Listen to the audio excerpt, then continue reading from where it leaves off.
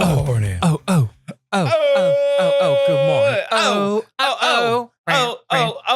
morning. Good morning. Good morning. Good. Funky chicken. Up, it's time for Taps and Takes. Elliot. Taps. Takes. Gimme. It's mine. Cheers. My coffee, because I'm a loser alcoholic that can't drink. My beer. I'm coming up on my 17th year. Yeah. I'm getting up on that, right? 1738. 17 years of wanting a drink. But saying no to it. Yeah. Because you're better than that. Yeah. You're better than that. Because I like being a father. Do it. And a husband. Do it. I should. On year 20, we should just celebrate with shots. Yeah, exactly. Right? Anyways. That's what I feel like. If you've made it 20 years, you're not going to relapse. What's a couple of Who shots? knows? You were never a vodka. You were never like a shot guy though, where you were just like a big beer guy. I was a big beer guy. There you go. But so it's not relapsing. to be fair, I was a big everything guy. I was like, anything and everything. If there's booze in it, give it to me. You know. You were like you were the hat guy equivalent of me. Yes. Like, I'm a hat guy. But I was you're an alcohol guy. Yeah. One's That's true. Catastrophic. Mm-hmm. It could be problematic. Anyways, good morning. Morning. Welcome to Taps and Takes from the northeast corner of Willow Knees. We are at Groggs Traditional Irish Pub. That's We're right, here baby. every single Friday morning at 8 a.m. to discuss all the happenings in the nerd newses and the sports newses, because this is what we used to do at our shows past.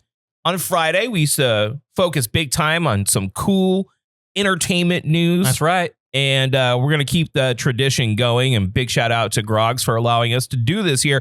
Now, let's just get right into it, shall we? Dive on it. Should we go with the breaking news? Let's go with the breaking news that we saw today. Breaking news. And we have the first trailer for the upcoming Predator animated film that will be released on Hulu June 6th. Predator, Killer of Killers. And it looks sick as all hell. Yeah, it looks so good. It looks pretty damn sweet. Well, apparently the guy that directed Prey is also directing this. Right on. And he really did a good job with Prey. And if he crushed it. Prey was awesome. If you haven't seen Prey because you fell victim to the the woman can't be a predator. I think a lot of people just got over it. Well, I think that, but I think a lot of people, one, it should have been released in film, it like in theaters. Yeah. I think a lot of people missed it just because it was a Hulu release. It had really good watch numbers because I remember watching it day of. I was just like, shit, I'm just going to watch it right now. You know what I mean? Yeah. It should have been released in theaters. Absolutely. I think if I remember correctly, it released during a weird time of like, I think COVID era. Yeah, like it was in the COVID era for sure. Yeah. But I mean, that film 100% should have been in theaters. Well, and then Predator has had some stinky. Yeah, we just got done talking about, what was it, Predators with an S? Which is... And that movie, rough. What'd you call it? The supertism? I mean, that's essentially the whole plot point of the movie is the son has autism, but like Hollywood version. So he's got superpowers. He's like hacking into mainframes. He hacked into an alien helmet. And at the very end, Mega Predator. Oh, spoilers for Predators. Yeah. If you had the luck of missing this one, the luck, you're not missing much. Yeah, no. The Mega Predator that kills normal Predator is like, I found the strongest of them all and a worthy prey. It's this 8-year-old boy with autism. So they don't send a normal predator. They send like a roided out they send like primal. They send Predator to like just do his thing, and then like Mega Predator goes to take care of Predator. Yeah, and then on top of that finds a worthy challenger in an 8-year-old boy with autism. Right, and they're like, "Yep, that checks out." Here's the funniest thing: I've watched this movie before. Elliot's describing this to me, and I don't remember any of it because it was forgettable. Is very Prey, on the other hand, unforgettable. I could tell you almost scene for scene what happens in that movie, and I've only seen it twice. So there was a big, what you're going to get on the internet if there's a woman doing anything, and everyone's like, woke DI, and it's like, okay. So if you have homoerotic needs to just like, there was so funny because one of the comments that I saw that stuck out to me the most when they had the trailer for Prey was a dude saying like, oh, some little girl can be Predator, but what about like strong men with guns and muscles? I was like, dude, that's really coming off really homoerotic, well, dude. Like, and also, like if you want glistening muscle men, I mean, there's plenty of avenues to watch. Here's that. what I have for that argument. What? If only there was a movie where all the men died and a woman protagonist was the one that took out an alien monster. If only there was a franchise that was specifically for that. And they focus really on aliens, right? Right. Like, and not just like just one alien, but like an army of them with like a queen. Oh, okay. If only there was a woman-led franchise that could stop all those aliens. I don't think, that Elliott, they could maybe draw inspiration from. Maybe we should make that movie because I don't think anyone made that movie. I don't think anybody. What would we call it? Like space demons? No? Something like that. Maybe aliens. Yeah, aliens. You know what we should get? Neanderthals. We should tap Sigourney Weaver to play in this movie. You know why? 'Cause she's a badass bitch. She is. And you know what? Slept on baddie in the 80s. Oh yeah, no. She didn't get enough credit for just being fun. Like there's a reason Bill Murray made her the love interest in Ghostbusters. Okay. No. She got it going on. Yeah, she was pretty fly. It was pretty fly, yeah. So anyways, go watch the trailer for Predator Killer or Killers. It looks sick. It looks sick. And it's exactly what we were asking for. We're the samurai. We're the samurai. Right. And it seems like it's the predators hunting them throughout history, which is sick. Very cool. That's Predator. That's what they've been doing this whole time. And then that's on top of the other actual live action alien or Predator movie, Badlands, which is going to be coming out soon. So Predator and Alien Renaissance. I'm here for it. I'm here for it too. I'm here for it. Now, here's something that I don't know how I feel about it. And it's going to open up a couple other questions as well. Okay. But Death Stranding, Kojima game. Yep. The follow-up to after Kojima and I think Bandai Namco, right? Yes. Was it Bandai Namco had a split? Yes. So with Metal Gear, like I don't know if they were asking him to do something that he didn't. I don't know the full story on that, but he was feeling creativity. They weren't letting him stifled. Cook. If there's one thing you got to let him do with Metal Gear is let him cook because they've all been successes. They've been great. Kojima, I do have my own criticisms of Kojima. Sure. Because it's kind of... He can take things very artsy when they don't. Not that. It's that he kind of gets high off his own supply sometimes, which is fine. Yeah. It's kind of like when you don't... Sometimes people do need to be slightly reeled in. Like a little bit. Just a bit. Kojima would be good to get slightly more focused at times because if you this is what I suggest everyone does, especially if you didn't play the game. Go watch there's a synopsis of Death Stranding, just the story. Mm-hmm. And it is batshit crazy. Oh yeah. It is batshit crazy. And it's kind of like a love letter to late 80s. Anything Kojima does is always like a love letter to the late 80s action films. But also it's very introspective. It's very mentally kind of like all over the place. So they're A24. Most of the time, I'd say 90% of the time, hits with movies. And A24 has been, they focus on a lot of like art films and stuff like that. So they're not going to make huge money, but they make films with lower budgets. When they did Civil War, because A24 did Civil War, they were looking for a movie that would net them a little bit more money, like a higher production movie, more money into it. And Civil War, it wasn't my favorite movie.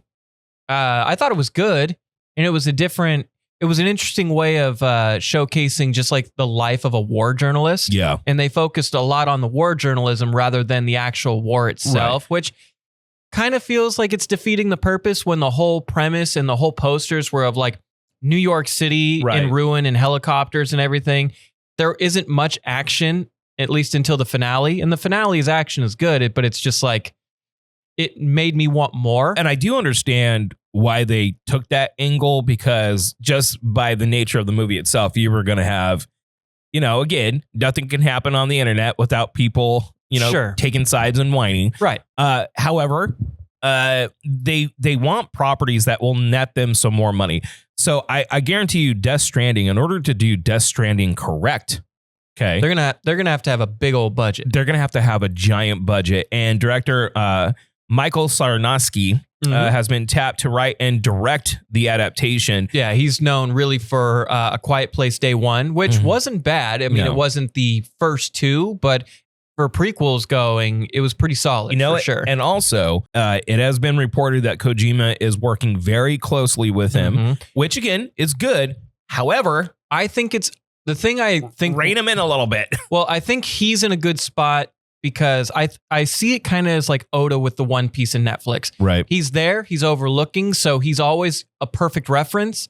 But he also, and Oda did a very good job of this, letting the director also have his part in this. Right. And I think Kojima's going to do the same thing in a sense. Because how dense that game is. Yeah. How you pack in all of it into a 2.5 hour experience and make it make sense to people. Like there's going to have to be giant exposition dumps to like catch people up. For sure. Because just the concept of the beach alone, like in Death Stranding, there's this concept of the beach where like it's kind of a transition place. Like if you die, right?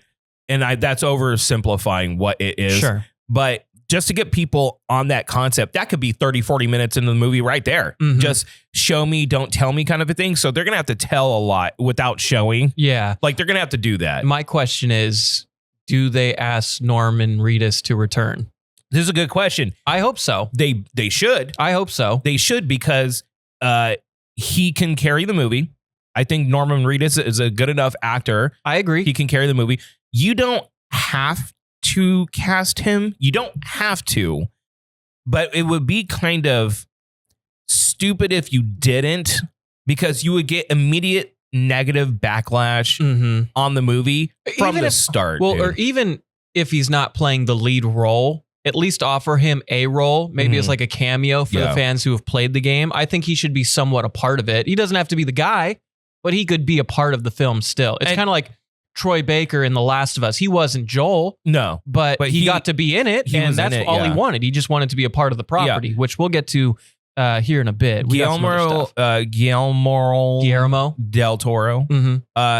He was a character because him and Kojima have this really good relationship. No, they love each other. Yeah. So, and he's in the game. So I'm like, are they going to cast him? Like, who's going to be returning to their characters in a live action sense? Like this is it's gonna be interesting to see how they're going to execute it, because it's going to be a difficult film to make. I'm telling you that right now. It's going to be difficult, but I trust A24 when it comes to making a beautiful film. And if there's one thing Kojima does is make beautiful games. So I think it's going to be a perfect mesh. It's just if they can tell a straightforward story. Yeah, that's because the question. There's so much, like you said, even in the Metal Gear games, there's so much going on that you have to find a narrative, a beginning, a middle, and an end. And he's so good at like making you branch out on your own that you got to find a way to narrow it down. They're going to make this movie. How focused is it going to be? Who's returning and reprising their roles? All that stuff, right? Are they going to position it? How do I put this? As like a series, like going in with the idea, because let me step back. Dune is a good example. Yeah. A lot of people consider Dune an unfilmable movie. Sure. Denny came in and crushed that shit. Absolutely. And said, hold my beer. Did it. I firmly believe in a live action sense. I mean, you kind of have the template already with the games. So this is help. It's great help. This is help. But I also consider like Death Stranding almost unfilmable, right? So do you position it as coming to the board, planning it out as a part 1, part 2, part 3? I think. Or do you try to shove the whole game into the first movie? No, I think that's a disaster. I think one thing we've learned with video game properties in movies or films or shows, when you try and push all of it into one you don't give it enough time to breathe, it just doesn't pan out. The Last of Us is a great example of how you flesh it out. Yeah.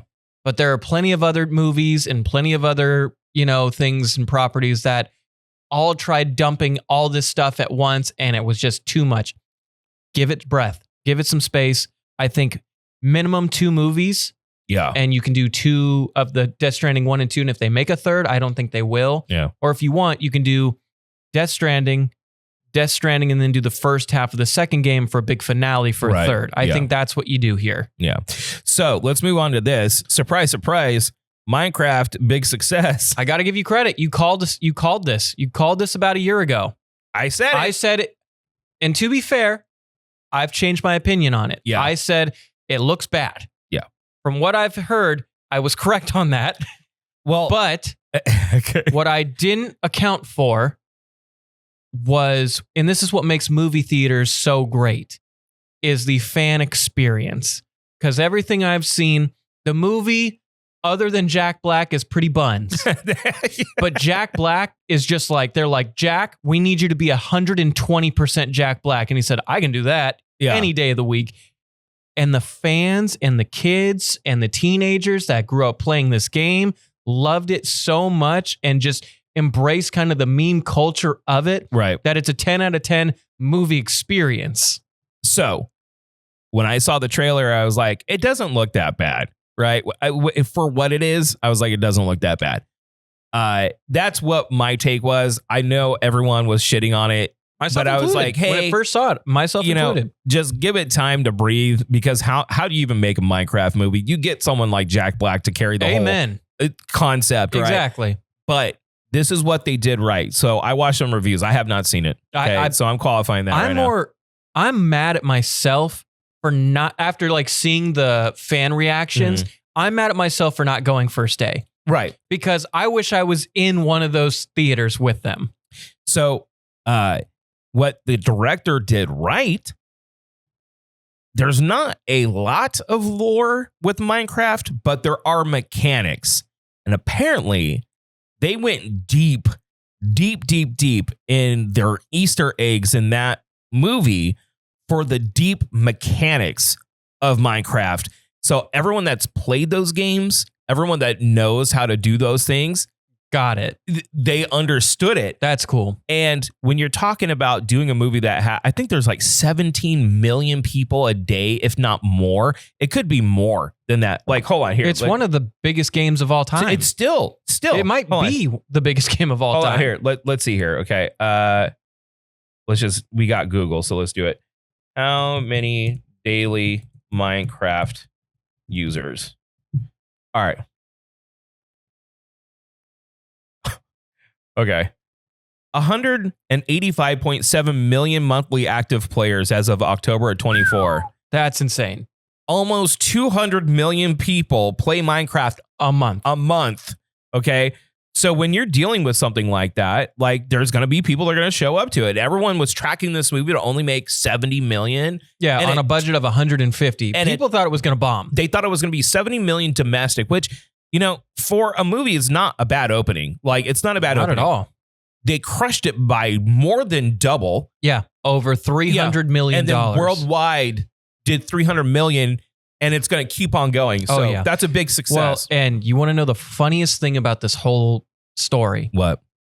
Jack Black is single-handedly responsible for the 2 highest grossing video game films in history. That's true. Because he was Bowser in the Mario movie, which made over $1 billion. And now he is Steve in Minecraft. So Jack Black apparently is the recipe. We don't count Borderlands. Is apparently the recipe for a video game adaptation. And we're going to be looking forward to whatever Zelda looks like. Because with Jack Black. Yeah. Because Jack Black is Ganondorf. It may eclipse Mario. I mean, if it's good, I could see that one beating it. I think it has an opportunity to, because it is live action. And I think live action always has a better opportunity of hitting $1 billion than animated movies. Well, I know there's Inside Out, Mario movies, stuff like that. Well, because animated movies, the family films, I mean, kids want to see them all the time. They want to see them multiple times, blah, blah, blah, blah, blah. But I feel like you would be more apt to pay to see if it's good. if it's good and they nail the tone, I would be more apt to see Zelda multiple times. Like I went and saw Mario once. I saw it twice. I saw it twice. All right, I saw Mario in theaters twice. Yeah, and I loved you took it your both. nephews, right? Yeah. I went once with some of the homies, like first opening weekend. Mhm. Had to. Couldn't miss Mario. And then I think we saw it. We saw it. Yeah. So Yeah. I might have seen it 3 times. Oh, 3. So you were It was the awesome. reason. Look, I'm a big Mario guy. I'm a big Nintendo guy, which is a great segue for what we're about to talk about next, and that is Nintendo Switch 2. So just to go back real quick, we filmed this on Tuesday. So it airs on Friday. And because of that, sometimes, news will happen the next day. Right. We didn't have it. We were speculating last episode. But since then, in those 6 days leading up to this, Yes. there's been a huge announcement, fallout, mixed emotions about the Switch 2. We did talk about it on the Do Over podcast a little bit, but this is where we really talk about it. Elliot, your Switch 2 takes, go. Switch 2. Let me first say I love Nintendo. I've always been a Nintendo stan. Mhm. Nintendo's been my favorite console company since forever. It probably will always be, just because I love the cartoonish style of the video games, and it's responsible for some of the greatest video games of all time. Nintendo is also incredibly greedy. Yeah. Incredibly greedy, very protective of their stuff.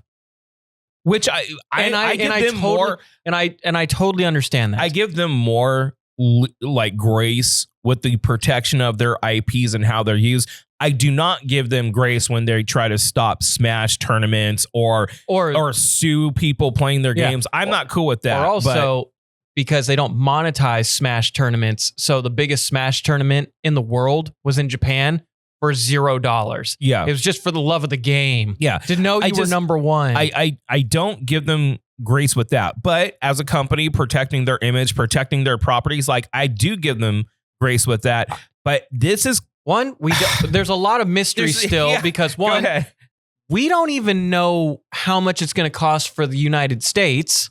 So they announced it at $450, which honestly is kind of. I think it's fair. I think that's fair. That's fair. And for what it is, it's a fair price, especially now. That's fair. But this is pre tariffs kicking in, which turns out going to have an effect. Will have an effect. So they stopped. So now we don't even know. Stopped the pre-orders. So now we don't even know when the United States is going to get one.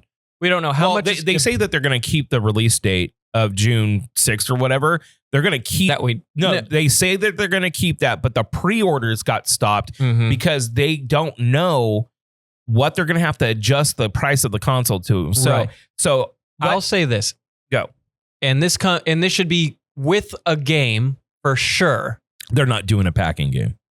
Well, they'll do like, bundles. I mean, like 500 game included, like a Mario Kart, which Mario Kart World bundle looks awesome. Mm-hmm. I will say that. And they put a ton of world building into Mario Kart, of all things, which I think looks incredible. And the art is beautiful. 500 and less. I cannot spend $1 more than 500 on this console. Okay. And even then, that's a lot. So pre-tariffs, it was $450. They are doing a Mario Kart World bundle for $500. This is pre-tariffs. The other details that kind of got gleamed over, because when they did the big 1 hour announcement thing, they did not talk about pricing at all, which is very telling. And then when people started digging, some games are $80. Some physical copies of the games are $90. There are some that are in the $70 range. But also they have this new technology in the thing called key cards, which is basically onboard DRM that verifies that you are the owner of this game and can even play it. So again, I feel like a lot of this is in response to how people hack the Switches. They emulate games. I think this is they're being a little bit too much already. There's a chat button on the game console itself that if you're not paying for online, which is fair, it's cheap. It's only $20 a year, but if you're not paying for online, you can't use it. So it's an unfunctional button unless you're subscribed to their online. Right. The thing is that at first when you get like, hey, new Nintendo console, $450, games are $60-$70, everyone would be hype as fuck. Absolutely. However, now they're like, okay, now we're in the real world. This can be $550, $600 after tariffs. Some of these games that are physical games are just a gig of information on the disc with a key card that's going to download the rest for you because no one owns shit. You need to give us money for everything. Exactly. And it really killed a lot of the hype. So it killed a ton of the hype. I'm of two minds of this. Okay. One, I was going to pre-order this thing day one. Mm-hmm. I was going to pre-order it and pick it up. Now I'm kind of like, I'm not a huge Mario Kart guy. I'm not a huge Smash dude. Like, Mario Kart is fine if, one, you're into racing games, and two, if you have friends to play it with. The thing that makes Nintendo great, and is also in a sense its Achilles heel, is that it is based around multiplayer function. Outside of Zelda, a lot of these games focus on the amount of people you play it with. Right. The Mario parties, the Smash Bros, the Mario Karts. I mean, there's a lot of party games and aspects to it, which has always been one of the things I love about Nintendo. However, when you don't really have a lot of people to play with, those games can get kind of stale. And also, seeming that I'm not that big of a fan of like the launch titles, and we're going to get to that in a second. I'm not a huge fan of all these IPs. The games that they are releasing that are like big new games or newer games, I have a PC that crushes the shit out of them because it still looks like a potato. It looks like a very down-res version of these games. They did announce a From Software game, but surprise, surprise, it's multiplayer only. So it's like, I'm not too impressed with the lineup. Now, there are some things that look cool. There is one in particular that I would wait to buy this. Yeah. Donkey Kong Bonanza. Which looks sick as fuck. Donkey Kong Bonanza looks awesome. It looks awesome. It looks so fun. And here's the problem. That's not a launch title. It's coming out 2 months later after it releases. So like September time. I think it's June. Is it coming out? It's June 7th. It said 2 months after the release of the Switch. So it's not a launch title. The Switch is launching in June. Okay. So I saw, June 7th, I think, is the day the Switch releases. So it would be in August. Yeah. So I am not pre-ordering this. I'm going to let the tariffs kind of tariff for a while. I'm going to wait. And it's going to be one of the fastest moving consoles in history. I get that. I'm just going to kind of step back. So now I'm not. Here's the other conversation that we need to have, though. There's one more conversation here. So there is a way to make it cheaper. Steal it. No. Fell off the truck. No. Because Japan is getting a cheaper Japanese only language Switch. Right. Now, look, I've been trying to learn Japanese for a while. I tried for like 2 years, didn't get anywhere with it, and then I just gave up on it. But let's say we try again. Let's say we learn some Japanese. I believe the Japanese only one is around $330. $350. Yeah, $350. They're doing that because of how weak the yen is right now. Yeah. Maybe we can learn Japanese and just play it in Japanese. I mean, you can figure out a menu, right? And like you can figure out like you've played video games enough to know story mode, right? Mechanic. I mean, like, and then you learn a new language along the way. And I'm sure like Mario games and Donkey Kong, you're not gonna have too much instruction. No. So I mean, like, you're gonna figure it out. I remember playing Sonic in Japanese. I was like lost. How did Sonic sound? No, he's like yeah, it's got the deepest voice.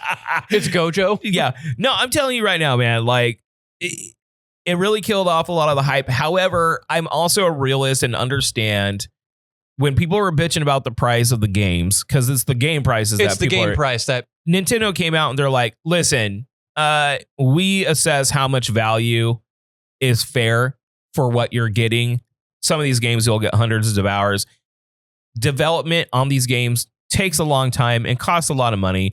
I am a realist enough to know that maybe AAA development and first party development is so costly that you have to offset that cost somehow. However, it's kind of a hard pill to swallow when like you're going to have kind of a free for all. Like everyone's convinced GTA 6 is going to be $110 now. I think it's like the problem I have with it, and this is my only problem I have with it, is that if they make these titles $80 to $90 off rip, it is going to be the standard moving forward for everything. Unless we vote with our dollars, unless the Switch 2 is kind of a flop and they don't sell as many as they thought. But the problem with Nintendo is, and if you want me to prove it, you can go to any Walmart, you can go to any Target, you can go to any GameStop. Nintendo game prices do not change ever. Yeah, no, they stay Odyssey, pretty constant. which has been out since the release of the Switch, is still the same price.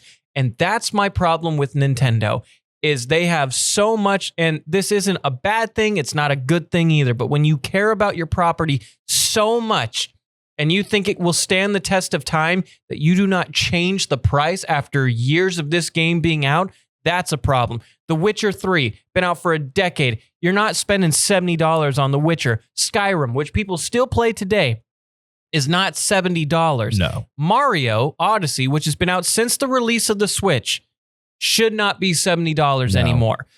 I mean, Luigi's Mansion 3, which has critical acclaim to it, should not be $70. No. Breath of the Wild even, and that's one of the greatest games of all time, has been out forever. But you know what Nintendo's going to do? They're going to say it's a Switch 2 version. It's going to be $70 minimum. And here's where I struggle, because if you watch the upscaled 60 FPS version of it, it looks so much better. And it looks like it plays so much better. And I'm like, that's pretty tight. Like I would pay an extra $30 for an upgrade. Go.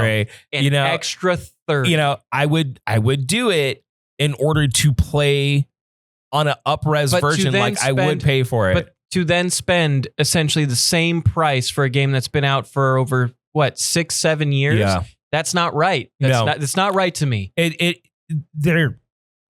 To be clear, I understand. And I feel like a lot of fanboys, and we got to move on to what we're going to talk about. I will say this, though. People on the internet that bitch about pricing and shit kind of forget sometimes that businesses are businesses. Like businesses need to make money. Like, I get it. Nintendo's not in it just for the love of the game. They're in it to make money because that's what businesses do. So we also need to understand that and be realist about what things cost, right? Mm-hmm. On the same hand, you should not be so greedy it's going to punish your target demographic, which isn't even like us. Like their target demographic is children. It's the next generation. And it's like, if that's your target demo, like make things affordable for them, because there's a lot of parents out there that either can't afford it or won't pay for shit like that. So you got to make it affordable for kids. Well, the thing is, and we'll end on this, because Nintendo's demographic, whether you agree or disagree, will always forever be Japan. Yeah. That's why the Japan only console is cheaper. That's why the games are targeted in more of like a Japanese style. It's because Japan, Nintendo, it's their home. They care about their home customers and they want to take care of them before everybody else. So even though we think they're a little greedy when it comes to, making sure their IPs are super secure that nobody can emulate them, or they're going to raise the prices on video games because, these are our properties that we care about more than life itself. They care about their home more than they care about the rest of the world. Right. And whether you agree or disagree, that's why they've been so successful and one of the most successful game companies of all time. But come on, hook us I up. know. Okay. We also buy a lot more than Japan does. That's though. true. So, and there's also Sony to argue with. Yeah. And if businesses are going to business, better business, right? So really quickly, because we went on about the Switch 2, We've been going on about it for like a month now. CinemaCon footage, out of everything that I've heard, Fantastic Four and Superman. Surprise Dark Horse. I thought Tron looked all right. Tron didn't look bad, but it's weird seeing Tron in the real world. I know, but I think that's also kind of cool. Yeah. I the more I see a Superman and the more I see Snyder fans cry, the happier I become. Yeah, it looks good. It looks so good. I've been slow to come around to it, but I'm sure this movie is going to be fucking awesome. I think this movie is going to totally and how people I think it's so funny that people try and compare Snyder films to James Gunn films. And like the last, I don't know, every property James Gunn has touched has been a success. I can't wait for Superman. I cannot wait for Superman. And he gives a shit about the characters. So I'm really excited for that. It feels like a comic book movie again. It feels like we're back to comics. So The Last of Us season 2, okay? Early reviews, 93 on Rotten Tomatoes and high score from fans. We're going to wait to talk about that until this week comes out this weekend. Next Taps and Takes. Next Taps and Takes. We'll be able to talk about episode 1. Yeah. We'll do a weekly on that. I want to just quickly, two things. Yeah. I want to quickly go over just the Crunchyroll announcements for Anime of the Year. I already know who's winning, and this is why I hate these kind of things, because it's all fans multi-voting. It's going to be Solo Leveling. And look, Solo Leveling season 2 was awesome. Yeah. It is a hype train for sure. Solo Leveling season 1 was not as good as people think it was. Right. And it did not bring the hype like season 2 did. There are better anime out there. I know it's hard to believe, but like the ones that are nominated, Free Rent, I have heard, is a masterpiece of fantasy. Delicious in Dungeon is incredible. If you have time, I recommend you watch it. Dan to Dan, one of the best and weirdest animes. Dan to Dan's cool. Dan to Dan and beautifully depressing at the same time. And Kaiju number 8 is just fun. Yeah. The fact that it's there, it's like, good for you. Yeah, good for you, but man. Solo Leveling's gonna win. It shouldn't win. That's what I'm gonna say. That'll be my anime hot take. Speaking of anime, we're going to come back. We'll talk about Animania, but also I just want to say we'll maybe talk about this during TV pod, on the internet during the pod. Devil May Cry on Netflix. Netflix is a hell of a good time, dude. It's such a fun time. I had a fucking blast with it. Quick score, because we'll be I'm going 8.5, but I also come from like the mid 90s anime, which is heavily inspired. The character designs, the delivery, like the pacing, it's all 90s anime. So for me, it like brought me back to my childhood. I was like, fuck yeah, this is great. No, this was cheesy, rockin' good time. Yeah. Now, I can't give it the greatest score because there were some big bugaboos. The dialogue was super forced for one of the characters in particular, which they didn't need to. She was a great character. And then the CGI is atrocious. Yeah. 7.3, but is an absolute fun romp. It's a fun time. And I want season 2. I want season 2 as well. I want season 2. And we'll talk about that on the pod during TV on the internet. But watch it. It's on Netflix now. It's on Netflix now. Now stay here. We're going to take a little break, come back, do some sports talk. Yes. Sound good? Let's do it, man. All right, that's coming up next. Big shout out to Groggs Traditional Irish Pub at the northeast corner of Willow and Nees. Not only do they house the Do Over podcast for Taps and Takes, but they invited us to go blow it up on St. Patrick's Day live on scene. Now that that's done, it's easing us into summer and it gets hella hot here in the Central Valley. Groggs prides themselves on being the coldest drinking establishment in the Central Valley. Literally go down there, get a nice cold pickleback, get a nice cold Guinness, throw it back and leech off that free AC, son. Support Groggs because they support the Do Over podcast. Big shout out to Groggs Traditional Irish Pub on the northeast corner of Willow and Nees. We love you. Elliott loves drinking these beers on our early Tuesday morning. Well, not only do I love that, but I also love how unbelievably cool it is in here because, I don't know if you know this, coldest bar in Fresno. Coldest bar in Fresno. Bring your sweaters. Yep, bring your sweaters because it's going to be like 180 degrees. Probably, this time next month. Yeah. In like 2 weeks. So come and get your cool off on. And also if you're like, oh, those are cool shirts. Oh, what about that shirt, Elliott? Or cue the anime. Wow. Yeah. Cue the anime. Ooh, woo. Wow. We have Animania tomorrow. Animania, brother. And we're going to be out there. We're going to nail Dressed down our in time. The Yeah. We're going to be ready to go. It's a me. Luigi time. I can't wait for us to be obnoxious, do interviews, go out, check out all the waifus. True. All the waifu related things. True. All the waifus with swords. All the waifus with magic. All the waifus in general. Yes. Okay. Me, you, Jess, Orky, we're going to be out there doing our thing. We want you to come out and join us as well. Shout out Animania. If you stay close with us on Instagram at the Do Over 559, all one word, you'll get details there. Now, Elliott. Yep. What's up with the sports? We got some sports stuff. Not a whole lot compared now that we are officially getting into, I won't say a lull, but we're on our way to the lull. Yeah. NFL draft's coming up, but I want to focus on what happened. March Madness has sadly come to a close. Them Florida Gators. So Duke didn't take it, huh? So Duke had an all-time choke job. Really? Over this weekend. Duke was up about 13 with about 5 minutes left. They were up about 9 with about 3 minutes left. Then they were up about 6 with about 2 minutes left. Then they were up about 3 with about a minute left. Then they were up about 1 with about 30 seconds left, and they lost. They fucking choked? They choked to Houston, and Auburn actually kind of choked to, I won't say choke, but they had an early lead on Florida, and then Florida turned on the afterburners and came back and beat Auburn. So it was Houston and Auburn last night, March Madness finale. Do you think if Duke won that game that they would have beat Florida? Yeah, I do. Yeah. And Florida's been awesome all tournament. Offensively, been dynamite. They have one of the best players in college basketball right now. But we go to the finale, and after Houston takes an early lead, Florida fights back again to take the lead late and then gets a clamp down defensive stop in the final seconds to stall Houston's offense. Your Florida Gators are the national champions in March Madness. What's up with them flatbacks? Some flat sons of guns. Yeah. They ended up winning it all. Who won last year? Florida? No, not last year. Creighton? UConn won the last 2 years. They were going for a three-peat, but UConn's women's won this year. It is their 12th championship. Well, you know what we say, Elliot. Who cares?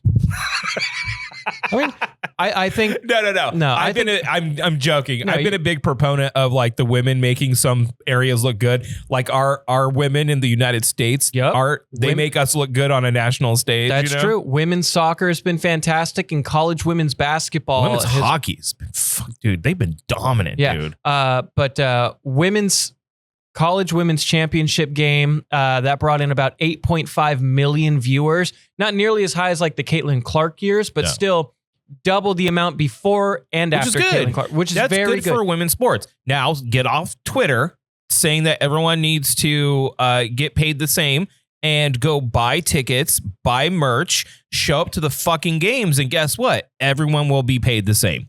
Yeah. Yeah. You typing on Twitter does dick all. But you actually exchanging money for merch and tickets does a lot. I didn't think we were going to get here, but we'll get here. So Angel Reese, one of the young stars of the WNBA, she came out the same year as Caitlin Clark, and not nearly as dynamic as Caitlin Clark, but a good player. A good player nonetheless. However, if you watch her highlight reels, it's rough. She went on saying like, if we don't get paid the same, we'll sit out. That is the worst thing you could say. Oh, yeah. Because they'll want you to sit out and you won't make any money. And guess what? And you're already not making money. This was the first profitable year you had. First profitable year, and it's still not a lot. No. Still not a lot. But it's the first profitable year for WNBA, which is subsidized by the NBA to even exist. Right. So shut the fuck up and don't ruin it for yourselves. Be trailblazers, be dynamic, be exciting. So then male fans and new women's basketball fans come to the table, buy your merch, buy tickets to the games, stop throwing fucking fits, and be self-aware about the position that you're in right now. Because that just seems like bitch fit stuff. It's so dumb. It's so dumb. It's so dumb. So dumb. And it would be one thing to sit out if you had power. Mm-hmm. You have none. This league has none. Yeah. No, especially when they're being subsidized by the NBA. Right. Like if they were self-sustaining with outside investors, I get it. But and a lot of the owners of WNBA teams are a part of the NBA. Yeah. So, I mean, you have nothing. Yeah. I'm sorry. Yeah. I want to support the WNBA. Watch the games. They're great.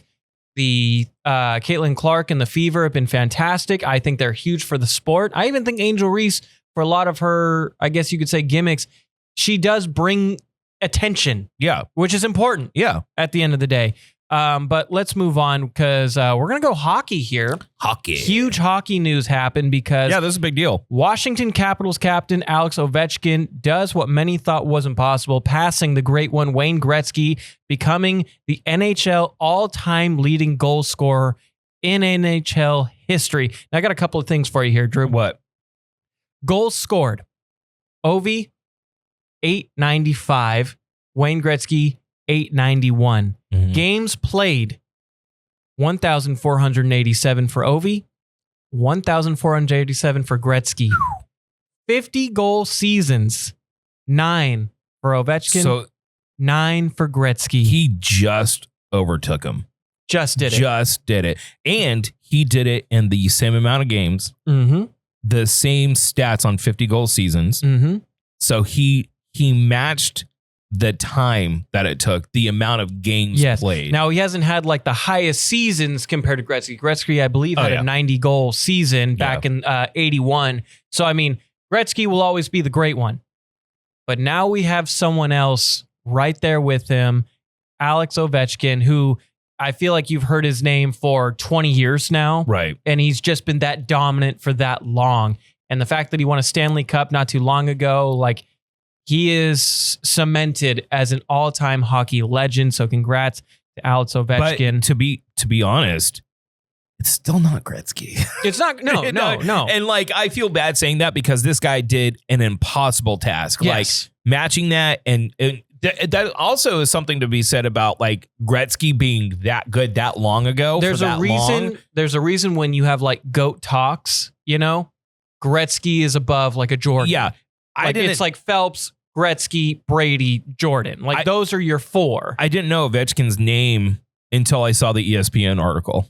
Like, that's the thing. Well, Alex Ovechkin has always been a dominant player in hockey. He's always been a figure.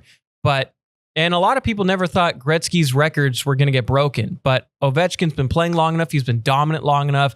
And he's got a hell of a career to him. So this just solidifies it even more. And the goal he scored was awesome. Yeah. Just a sick slap shot in the back. It was sweet.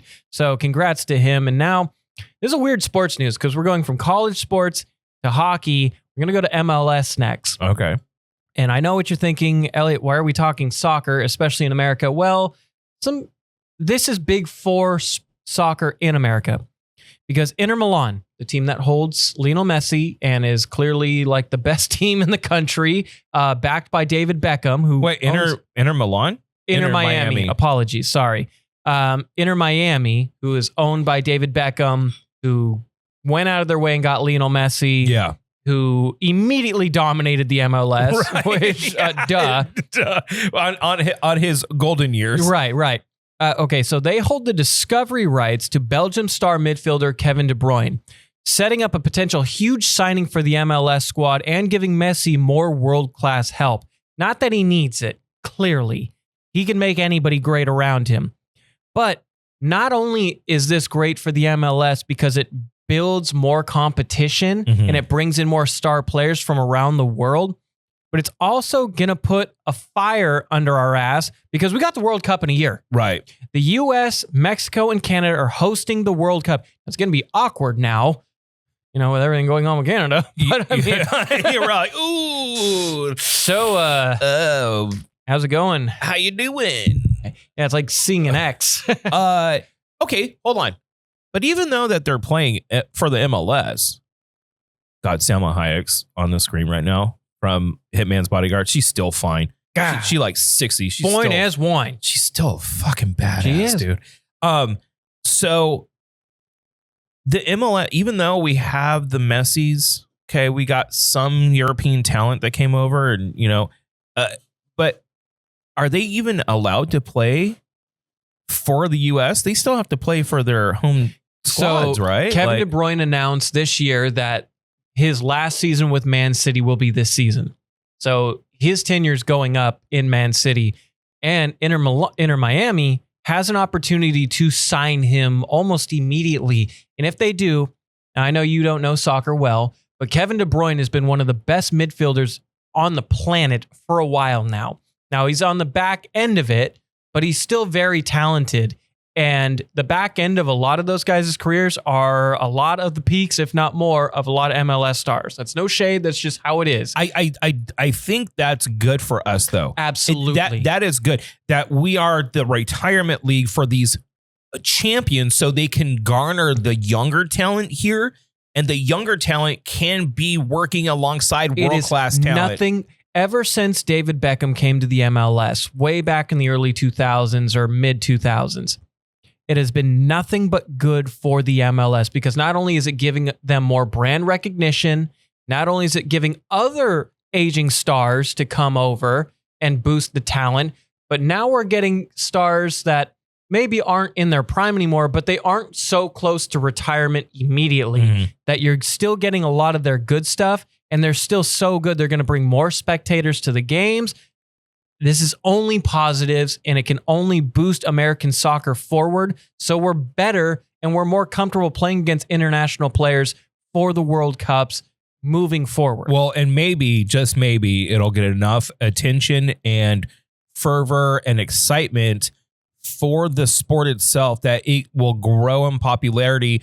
And whereas most people will be like, you're either playing baseball or, football or basketball. Those are the three. And if you're not tall enough, you don't have a good jump shot, you can't hit a baseball, and you can't, you're not 350 pounds of muscle, then you're screwed.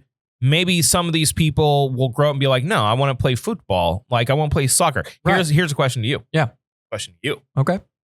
Do you think it becomes so popular? Like, let's look 20 years ahead in the future. Okay. So we're in 2045. Yes. Does it become popular enough that Americans drop soccer and start calling it football? Never. You don't think? Never. Huh? You don't think? It's another rebellion against Europe that will never give up. You don't think we will that always be the respect for the sport itself? No. It'll never happen. No, and I'll tell you why. I call it football. I'll tell you no, and I'll tell you why. It's because America, once we own something, we own it forever. Okay. That's just the American way. It's not right, but it's just the American. Like, bro, the moon, that's ours. Yeah. The moon's ours. Thank you. The second we beat England in the World Cup, or the second we beat England in a friendly or something, we say, we call it soccer now, Eagle screech, the whole guitar riff. Like fucking dude with mullet. Exactly. Yeah. Like the second we start beating teams, we're going to change. Oh, yeah. We're going to say it's not even football around the world. It's soccer now. No, that's the American way. And that's how we'll always do it. It will always be soccer in the United States because we love making people angry. If we ever do get good enough to start beating these European teams, we're gonna be like, oh, football. Okay. Sorry, it's soccer now, Bubba. Cue the eagle screech. That's just. Oh wow! Breaking news: the Nuggets just fired their coach after 10 seasons. Oh, no. That's insane. The Denver Nuggets have fired Coach Michael Malone. Sources tell ESPN 8 minutes ago. We break news. We break news here. We break news here. Even though by the time you watch this, that's not important. it's 3 days ago. But you know what? We said it first, technically. Wow. Incredible. He's won a championship with them. Why do they fire him? Don't know. Don't know yet. After 10 seasons, turned that whole franchise around, won a championship, lose Jamal Murray due to injury, and they fire him right before the playoffs. Playoffs start in another week or two. Oh, that's fucked up. That's crazy. That's fucked up. Why would you do that? He probably had a spat with management. But why would you? Typically what happens. Why would you do that before playoffs? Because he had a spat with management. But you don't change things for your team right before the biggest part of the season. Whoa, That's crazy. Baby, boo boo. You don't understand rich people. Okay, look at me. You know what's good for rich people? What? Championships. Yeah, but hardware. Do you know what rich people that are worth billions of dollars don't give a fuck about? Disrespect. If someone talks shit to them and they're like, oh, you don't think that you're replaceable because I have more money than God. Fuck you, you're replaceable. Fuck off. Boom. I own the team. I call the fucking shots. Don't care what you say. Get the fuck out. Bam. That's rich people for you. They don't think about the repercussions because in that moment, they're like, oh, if we're going to have a dick swinging contest, guess whose dick has 19 figures behind it? You know what I mean? Crazy. So, yeah. Literally a few games away from playoffs. And the Nuggets haven't been as good as the Nuggets have been, but they're still a good team in the West. That's insane. Mm. That's crazy. That's sports, though. Things don't make sense sometimes. Yeah. And now I had one last thing. I wanted to give a question to fans because we've had some fans throw out like, oh, we need to cover wrestling. Wrestling? And I haven't been following That's an Eddie thing. It is a Fast Eddie thing. It is a Fast Eddie. So this was essentially a question for Fast Eddie. Yeah. The rouster. The imaginary friend in my head because I don't know if he's even real anymore. He says he's coming back next week. He legit was on his way here. He got called in for a work day. Just like the green screen. It's coming. It's coming. Yeah. No, the green screen's coming. The green screen, much like Eddie, is coming. Yeah, for sure. But Friday Night SmackDown star Kevin Owens announced due to a neck injury, he will not be taking on the legend killer Randy Orton for WrestleMania 41. Randy Orton's the man. Randy Orton was just punting people in the heads back when I was watching. He used to RKO people, wait for them to like kind of get back up, and then give them concussion kicks. He was on a tear. 09 villain Randy Orton was something else. But anyway, now fans are trying to figure out who the Viper, because the Legend Killer was too dark, so they had to change it to the Viper. Yeah, dumb. Yeah, Legend Killer sounds so much cooler. Legend Killer is way cooler. Way cooler. Way cooler. And he was like, literally, he went on a tear and like found the like Hall of Famers and was just giving them concussions. But now a lot of fans are trying to speculate who he's going to be taking on in WrestleMania 41, which you can't not have Randy Orton in WrestleMania 41. You can't not have an RKO come out of nowhere. All right. See, it says right here in parentheses, ask Eddie who he'd like to see. Yes, exactly. John Cena. John Cena's already taking on Cody Rhodes. So that's going to be a big triple threat death match. I would be stoked if that happened. But John Cena turned heel, is taking on Cody Rhodes. So what I want to ask fans and people watching in the comments, who do you want to see Randy Orton take on in WrestleMania 41? Who do you want to see the Legend Killer RKO from out of nowhere? The Legend Killer. Let us know. That's a great nickname. It is. And there you go. That's all I have for sports. Taps and takes. Taps and takes. Said and done. We're gonna go a little bit further on when it comes to the next episode of the Do Over Podcast. If you want to join us live, you do it at twitch.tv/the Do Over Podcast on Friday. Go ahead around 9:30 a.m. We'll be up and running if Elliott shows up on time. Probably not. But Jess is going to be hosting this week, so that should be fun. Oh, I forgot about that. Yeah, and we're going to be talking about her grand opening and all that good stuff. And we're going to be doing our recording on Friday, but we do take it live if you want to get a little bit early on. Also, big shirt event. If all goes well, when you're watching this later on in the afternoon in the South Valley, I'm going to be posted up giving out some shirts. Oh, some shirts? Giving out some shirts. Some shirty So if shirts? you want a Do Over Podcast shirt, go to our Instagram at TheDoOver559 and get all the details there. I'll have stuff up for you. And that's right. Time for us subscribe. To get the hell out of it. Like and subscribe. Keep watching us. Like and subscribe. Subscribe. Oh, you're not there. Subscribe. Subscribe. Subscribe. Subscribe. Subscribe. Subscribe. And I guess until next week, big shout out to Groggs Traditional Irish Pub. Come get a pint. Come get a little drinky drink, just like Elliott drinking all that beer right there. We're done. And we got to get the hell out of here. Until next week, gotta go. Love you. Bye.